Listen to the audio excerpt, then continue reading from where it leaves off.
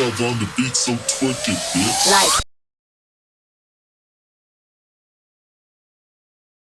Hey, salut tout le monde, j'espère que vous allez bien. On se retrouve aujourd'hui pour une nouvelle vidéo qui n'est pas très gaie, hein. On va parler du chanteur des Linkin Park, entre autres, Chester Bennington. Donc voilà, sujet assez sensible, donc je tiens à prévenir les personnes qui ne sont pas à l'aise avec tout ce qui est dépression ou le mot qui commence par S et qui finit par id. Vous êtes avertis, attention âme sensible. Pas mal d'entre vous m'ont demandé une vidéo sur ce chanteur. Et oui, c'est vrai qu'effectivement, il y a quand même pas mal de choses à dire. Et en plus, ça peut également servir de prévention. Donc...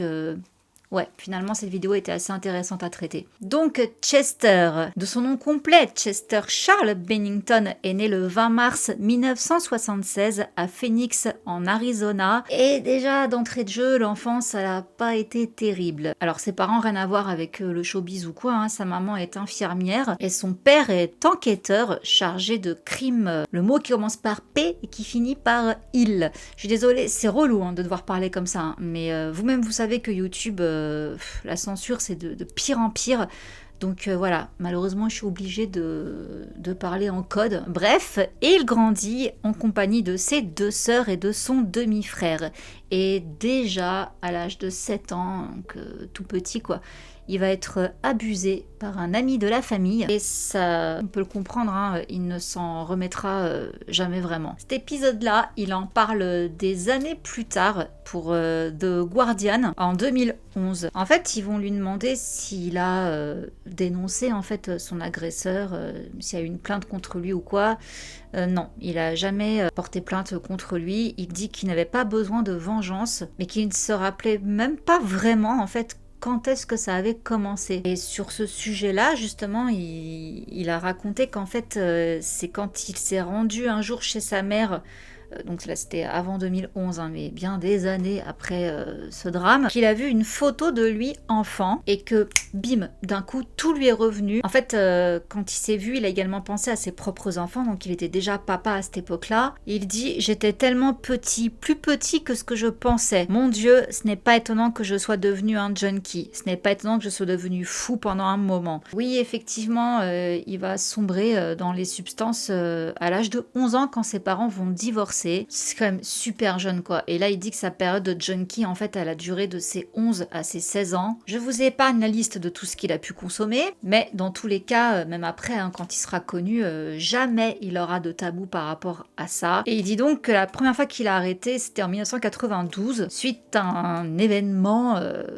pas très cool quoi. Il y a eu un gang en fait qui est rentré dans l'endroit où il était en train de faire ses affaires là avec ses copains, et ce gang est venu les tabasser, sachant qu'en plus il a quand même toujours eu un échappatoire qui est la musique. Déjà depuis tout petit, il chantait à tue-tête dans la maison, il rêvait d'être le 5e membre des Depeche Mode, il idolâtrait également Madonna, et donc à part le chant, il a également appris à jouer de la guitare et du clavier électronique. Donc depuis tout petit, en fait, il a toujours voulu devenir chanteur, et c'est en 1993 qu'il va intégrer son premier groupe qui s'appelle Grey Days, mais au bout d'un moment, il va finir par les quitter parce que lui, en fait, Chester, il aime beaucoup composer, il aime écrire, et justement c'est un point fort du personnage, c'est qu'avec tout ce qu'il a vécu, tous ces démons en fait, toute la torture qu'il a à l'intérieur de lui, il s'en sert énormément dans sa musique, il couche tout sur papier. D'ailleurs pour ça qu'au final j'insiste bien sur le fait qu'il n'a pas de pudeur avec tout ça quoi. Il suffit juste d'écouter ses chansons pour comprendre le personnage. Il n'y a pas plus honnête dans ce qu'il écrit.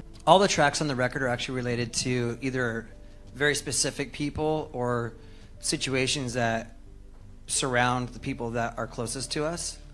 And I know for me, like, personally, Heavy was really more of a reflection on myself when I was writing it.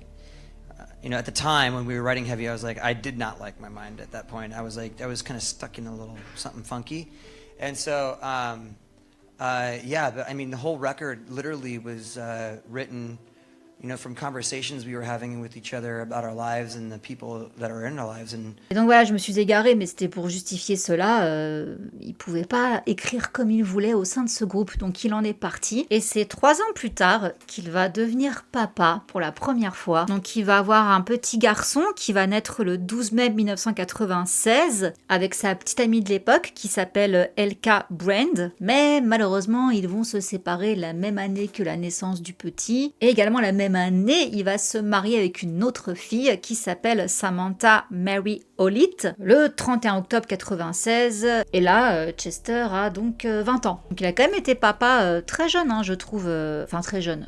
Oui, quand même, 20 ans, c'est jeune. Et petite anecdote, hein, d'ailleurs, il n'avait pas encore intégré les Linkin Park à ce moment-là, donc il était dans la mouise, quoi. Il faisait des petits boulots pour vivre. Et à cette époque-là, il bossait chez Burger King. Donc, ils n'avaient pas assez d'argent, en fait, pour s'offrir un vrai mariage. Ce qu'ils ont fait, c'est qu'ils se sont fait tatouer leur bague. Et c'est l'année suivante, donc en 1997, qu'il va intégrer le groupe Linkin Park en tant que deuxième chanteur. Et bon, bah... voilà, je pense que Linkin Park, on connaît tous, hein. Même moi qui à la base ne suis pas une grande fan de métal, tout ça, bah justement j'avais été un petit peu interloquée par leur style. Ils sont considérés comme un groupe de je sais pas comment on prononce, métal, mélangé en fait avec du hip-hop et d'électro. Et le succès va arriver en 2000 quand ils vont signer chez Warner Bros et sortir leur tout premier album, hein, Hybrid Theory. It starts with one thing, I don't know why, it doesn't even matter how hard you try. 24 millions d'exemplaires vendus à travers le monde, hein, on se met bien. Mais malheureusement, Chester il va quand même avoir des soucis de santé.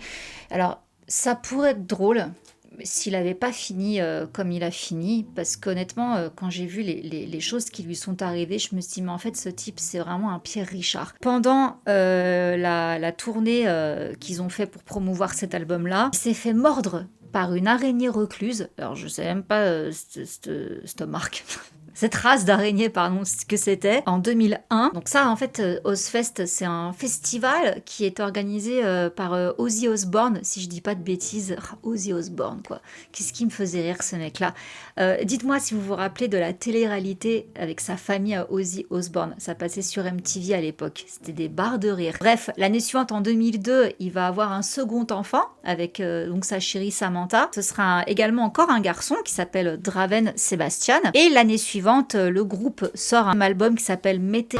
Ça a été assez chaud de le sortir cet album parce que Chester a eu pas mal de soucis de santé pendant l'enregistrement de cet album, donc il n'arrivait pas à assister à toutes les sessions, quoi. Il était pas bien. En 2004 va sortir l'album avec Jay-Z, Collision Course.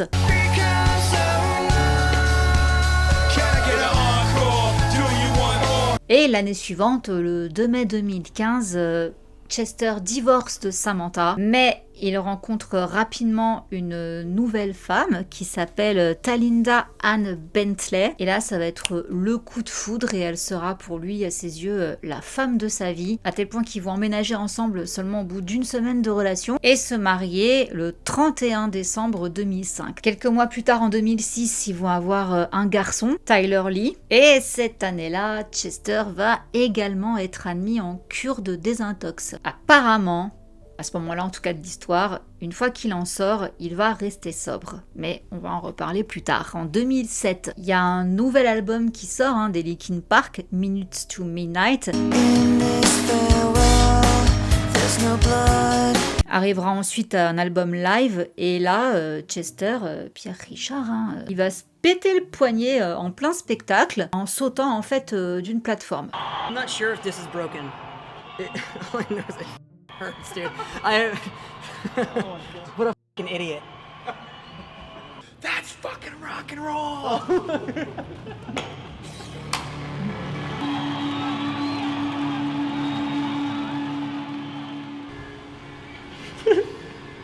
Vous dirait ça peut arriver quoi, mais après la morsure de l'araignée, on a le cassage de poignet qui va lui coûter 5 points de suture. Et 2 ans plus tard, en octobre 2009, il va sortir un album avec un autre groupe, un groupe qu'il a lui-même créé, qui s'appelle Dead by Sunrise. Et l'année suivante, Linkin Park sort encore un nouvel album qui s'appelle A Thousand Suns. Donc autant vous dire que là, le type en fait, il est à cheval sur 2 groupes. La famille s'agrandit en 2011, il va avoir des jumelles, donc enfin des filles, hein, parce que jusque-là il avait eu que des garçons. Et on a Jared Leto qui témoigne justement sur la grande famille de Chester. Il dit, je cite, « Je suis entré et la maison était habitée par la plus grande famille du monde. Je ne pouvais pas croire qu'il avait une vie de famille aussi belle et formidable, surtout pour quelqu'un d'aussi jeune. Je n'avais pas vu cette part de lui quand on était en tournée. » En 2012, Linkin Park sort encore un nouvel album qui s'appelle Living Things. Et en mai 2013, Chester annonce qu'en plus des Linkin Park et en plus de son groupe solo, il intègre un autre groupe qui s'appelle Stone Temple Pilots. Et en fait, il intègre ce groupe pour remplacer un chanteur qui s'appelle Scott Weiland. Donc là, lui, bingo quoi, c'était genre un rêve de gosse quoi, il a toujours aimé ce groupe. Et c'est après 2 ans de collaboration qu'il quittera ce groupe, donc en 2015. Mais entre-temps, en 2014, ils ont sorti l'album The Hunting Party. Et c'est lors d'un match de basket entre Linkin Park et Of Mice and Men. Et bah, il s'est pété la cheville cette fois-ci. Donc je vous dis Pierre Richard, hein. Donc après le poignet, on a la cheville. Et en plus, ils sont encore en pleine tournée, donc il va quand même assurer le show le soir même. Mais malheureusement, la suite de la tournée sera annulée. Donc là, on arrive en 2016 et malheureusement, Chester rechute. Il retourne en cure de désintoxication, que 10 ans après sa première cure. Et à sa sortie, il travaille encore sur un nouvel album avec les Linkin Park qui sortira en 2017 et qui s'intitule One More Light. Alors, cet album, One More Light, ça sera le dernier des Linkin Park avec Chester, car malheureusement, le 20 juillet 2017, à 9h du matin, il va être retrouvé par une femme de ménage dans sa résidence située donc en Californie. I'm a driver. Was trying to pick up, and his housekeeper came out and said that he unfortunately. Okay, what's the address where you're at? Are you at a home or an apartment? It's a home. And what city are you in? Palos Verdes Estates. What's your phone number, area code? Thanks. And how old is he? Mid-40s. Mid-40s, okay. Yeah. And he's himself in the room? So that's what his housekeeper said. I haven't been in the house. I haven't seen him. Is that the housekeeper I can hear behind you? Yeah. Okay. So She's talking to his wife. you haven't been inside at all? No, not at all. Okay. Just have everybody wait outside of the room, and paramedics and the PD will be there shortly, okay? Okay, thank you so much. You're welcome. Bye-bye. Alors en plus, ce jour-là, il était attendu par le groupe. Il avait rendez-vous pour faire une séance photo. Et la semaine suivante, ils devaient tous partir en tournée, justement pour promouvoir cet album One More Light. Alors, le médecin légiste a conclu un SID. Et il y a eu des rumeurs à cette époque-là disant qu'il avait consommé pas mal de substances avant d'avoir son geste fatal. Or, il y a quand même eu des tests qui ont été réalisés dans l'autopsie. En fait, le rapport que j'ai sous les yeux, il est bien spécifié que Chester n'avait aucune substance dans son organisme, mis à part de l'alcool. Et par contre, ce qui a été dit, c'est qu'il y avait une bouteille de zolpidem. Ça, c'est un somnifère qui a été retrouvé dans sa chambre, ainsi qu'une pinte de Corona à moitié pleine et une bouteille de Stella Artois vide dans sa chambre. Alors, j'ai regardé le rapport d'autopsie. Ils ont demandé effectivement à faire des recherches sur le zolpidem, s'il en avait consommé, parce que mélanger alcool et médicaments, on sait très bien que c'est pas bon, surtout alcool et somnifères. Bon, j'ai envie de vous dire, à ce stade-là, vu que c'est pas comme ça qu'il a mis fin à ses jours, mais avec une ceinture, j'ai quand même voulu regarder, et non, apparemment, le zolpidem, il n'en a pas consommé. Il n'y en avait pas dans son organisme. Il y avait des traces d'éthanol, mais très peu. Donc on peut même pas dire qu'il ait eu ce geste après avoir complètement basculé, fait une crise due à l'alcool. Enfin, je sais pas, vous voyez ce que je veux dire, j'ai du mal à m'exprimer là. Mais en gros, il était pas défoncé quoi quand il a pris la décision de mettre fin à ses jours. D'ailleurs, le zolpidem, de ce que je vois dans le rapport, n'était même pas prescrit pour lui en fait. Le zolpidem appartenait à sa femme Talinda. La prescription était à son nom. Il a quand même été souligné qu'il y avait son iPhone qui était posé sur une table et que sous l'iPhone ils ont retrouvé des morceaux d'ongles, et sa femme justement dit qu'il avait tendance à s'arracher les ongles quand il était anxieux. Et elle a également quand même mis en avant le fait qu'il était dépressif et qu'il avait déjà fait des TS à plusieurs reprises. Bon, ça n'avait pas été mentionné jusque-là, hein. C'est elle qui le dit. I am now more educated about those signs, but they were definitely there. The hopelessness, the change of behavior, isolation, that was all part of our daily life. It's sometimes some signs were there more than others, some signs they weren't there at all. Le 27 octobre, les Linkin Park ont fait un concert hommage à Los Angeles. Plein d'autres artistes se sont mêlés à l'événement. Et donc voilà pour la chronologie. Donc le jour de la mort de Chester, beaucoup ont quand même souligné la coïncidence du fait qu'il s'était ôté la vie le jour de l'anniversaire d'un chanteur qui s'appelle Chris Cornell et qui avait lui aussi mis fin à ses jours le 18 mai de la même année, donc vraiment peu de temps avant, de la même manière avec une ceinture. Et donc là, en fait, le jour où Chester a fait ça aurait dû être le jour des 53 ans de ce chanteur. Apparemment, ils étaient très proches. Chester a très mal vécu le départ de cet ami. Il avait été à ses obsèques, il avait chanté Alléluia. Il l'avait même chanté d'ailleurs en concert pour lui rendre encore hommage. In light of our dear friend Chris Cornell passing away, we decided to play our song One More Light in honor of him. Et tout le monde entendait que dans sa voix, c'était bourré d'émotions, quoi.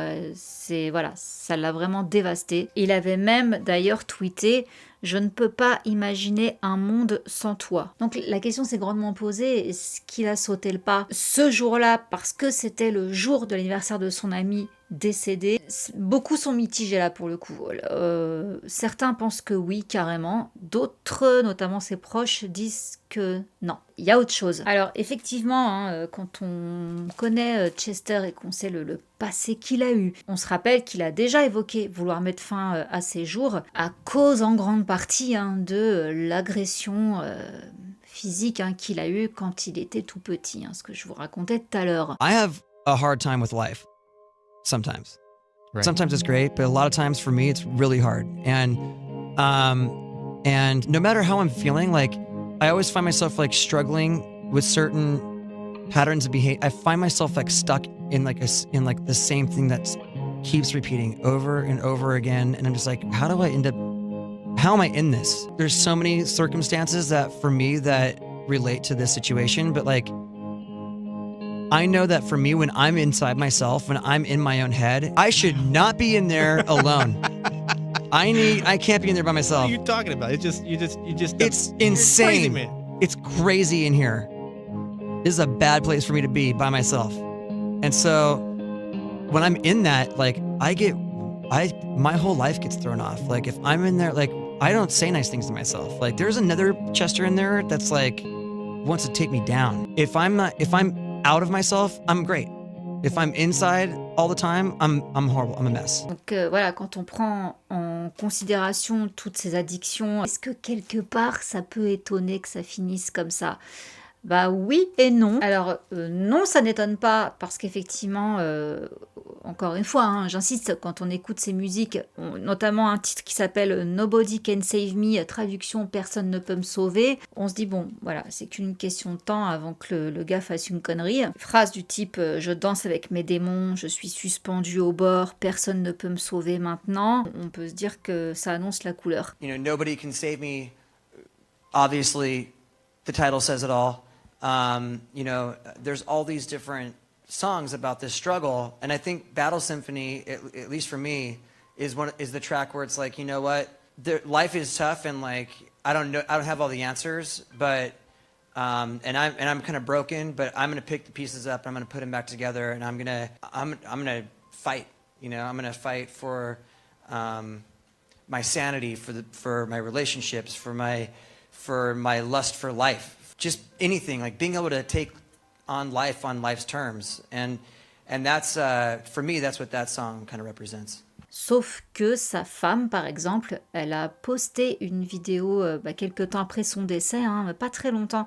C'était en septembre, donc 2 mois après. Et dans cette vidéo donc qu'elle a postée, elle a mis en légende « Il nous aimait tellement et on l'aimait ». Et donc là, en fait, dans cette vidéo, on le voit tout sourire, quoi, en train de jouer aux cartes avec sa famille. En plus, il venait juste de rentrer de vacances. Ils étaient partis en Arizona. Mais ce jour-là, il était rentré tout seul chez lui parce qu'il devait travailler. Donc, je sais pas s'il avait d'autres propriétés et si du coup, sa femme et ses enfants étaient ailleurs cette nuit-là. Mais dans tous les cas, il avait l'air d'aller très bien. Et c'est pour ça qu'elle poste également le hashtag Fuck Depression, parce qu'elle dit la dépression n'a pas de visage ni d'humeur. Et oui, là on le voit tout sourire, on se doute pas que 36 heures après, il sera plus là. Donc en postant cette vidéo, le message de Talinda en fait c'est de faire très attention aux gens qui souffrent de dépression, parce que justement, on ne se rend pas compte réellement de l'état de la personne. Et elle s'en veut terriblement, elle dit qu'elle a été stupide, que tout le monde a été stupide de penser qu'il allait bien. Et elle-même, elle dit que en tant qu'épouse, les 6 derniers mois qu'elle a passé avec lui, il avait l'air d'aller très bien. Elle dit qu'il faisait tout pour rester en bonne santé et sobre. Il avait sa guitare qu'il prenait tout le temps avec lui, c'était sa méditation, en fait, sa guitare. Et que voilà, tout le monde a été choqué par son décès. I did not understand the severity of his thoughts. He shared them with me. We got him help, and everything happened at a time I can't stress enough. And we thought everything was okay. It was just took us by surprise. Et malgré, comme je vous dis, hein, toutes les sonnettes d'alarme qu'on avait pu avoir quand on écoute donc ces textes, il n'empêche que suite au décès donc de Chris Cornell, lui-même, hein, Chester avait tweeté comme quoi qu'il se sentait d'humeur créative, qu'il avait écrit 6 nouvelles chansons. Et il y a même un de ses amis qui s'appelle René Mata, qui dit que Chester lui parlait de manière optimiste. Il lui disait « Nous devons nous soutenir, nous avons tellement de choses à vivre encore ». Et c'est vrai qu'à ce moment-là, ça allait plutôt bien, quoi. Le nouvel album donc, des Linkin Park venait de sortir. Ça marchait très bien, il était en tête des charts. Il y avait la tournée qui était prévue. Il y avait également une réunion avec son ancien groupe qui était prévue, donc le groupe Great Days. Ça devait se passer en septembre. Donc là, on va dire, il était vraiment au sommet de sa gloire, de sa vie en tout, quoi. Il était vraiment accompli. Il y a tellement de témoignages en fait qui vont dans ce sens-là. Il y a aussi un ami qui dit que pendant la dernière tournée qu'ils ont fait avec les Linkin Park, la tournée européenne, on a vu le Chester le plus vivant et le plus présent que je n'ai jamais vu depuis 15 ans que je suis avec le groupe. Donc ça, c'est Jim Digby qui le dit, le directeur de la tournée. Il était certainement dans les meilleures conditions physiques. Et on a encore un autre témoignage de Robert DeLeo, qui est donc dans le groupe Stone Temple Pilots, le groupe qu'il avait intégré en remplacement de 2013 à 2015, qui dit qu'il s'était envoyé des messages quelques jours avant sa mort et que ces textos étaient, je cite, adorables, positifs, tournés vers le futur, matures, et que voilà, il était vraiment dans une phase où il avait plein de projets. Everyone you meet has a battle inside that you know nothing about. Like, it couldn't have been any more pointed than with Chester, you know? It was a huge, huge surprise. We live in the same community, so we took our kids to school and to baseball games, and, you know, I saw them all the time, and it hit really hard being from the same community. For all of us, it did, you know, and very surprising. I mean, we still get together weeks later here, and we're just like, we're scratching our heads and wondering what made sense to him at that moment, you know? We're still trying to figure it out. Yeah, we are. Et d'un autre côté, on a un autre son de cloche d'autres personnes qui ont rappelé quand même que l'année d'avant, en août, il avait quand même rechuté avec la boisson durant 3 jours. Donc pendant 3 jours, il a eu des trous noirs, quoi, tellement qu'il avait un peu abusé et qu'il avait recommencé à boire en octobre. Et là, en fait, au moment de son décès, ça faisait donc 6 mois qu'il était à nouveau sobre. Et 1 mois avant sa mort, il a échangé avec un ami à lui qui s'appelle Ryan Chuck, qui était guitariste dans le groupe Dead by Sunrise, donc son groupe qu'il avait créé en parallèle des Linkin Park.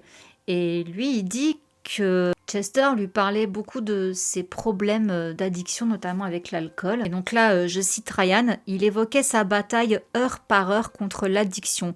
Quand j'y pense désormais, c'est terrifiant. Il me disait en détail ce qu'il faisait quand il pensait à boire. Je l'affronte en gros heure par heure tous les jours. Il met le doigt sur une autre facette de Chester que justement ses proches ont peut-être oublié à ce moment-là, c'est que ses addictions, elles étaient vraiment présentes à chaque instant de sa vie en fait. Même s'il y avait des périodes où il était sobre, c'était un combat de chaque instant, quoi. Donc c'est, je pense, très épuisant psychologiquement. Ce même homme pense que Chester a donc sans doute bu un peu avant de sauter la vie, mais que rien que ça, c'est suffisant en fait, parce qu'il dit « Vous n'avez pas besoin de beaucoup quand vous avez atteint un stade d'alcoolisme aussi avancé que celui qu'il m'a décrit.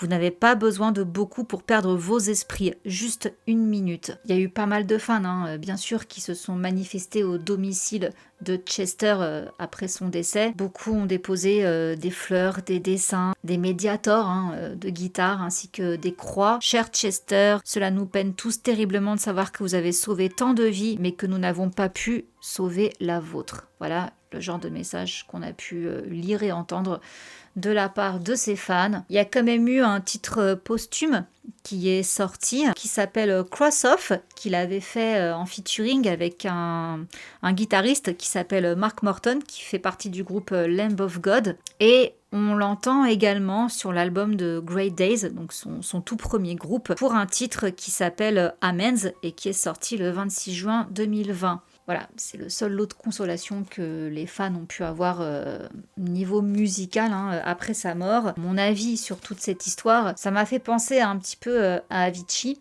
sauf que concernant Avicii, il y a pas mal de théories sur est-ce que c'est vraiment lui qui s'est fait ça ou pas. Voilà, on en a parlé dans les commentaires, je ne l'avais pas évoqué dans ma vidéo, parce que bon, c'est à prendre avec des pincettes tout ça. Concernant Chester, je sais pas s'il y a des choses un peu plus bizarres. Look at Chris Cornell, him and his wife had a foundation, him and Chester were best friends. The conspiracy theory, I don't know if it's true, but they found out some shit. They found out some shit. Let's be respectful. No, like we don't know. I don't know. I'm not naming any names. But you got to look into it. Okay, but this guy just died, man. I just don't think this is shit to speculate on. That's why you should speculate it when you find out the connection and the way they died. Le problème avec la dépression et la dépendance aux substances et tout, c'est que c'est hyper imprévisible. Donc on ne sait pas. On peut très bien effectivement être très enjoué, très bien. C'est vraiment comme pour Avicii, qui avait l'air d'aller également très bien, qui était en vacances avec ses amis et qui, voilà quoi, d'un coup, on sait pas. Voilà les amis, écoutez, sur ce, je vous fais plein de gros bisous et je vous dis à très vite pour une prochaine vidéo. Mouah. Bisous, ciao.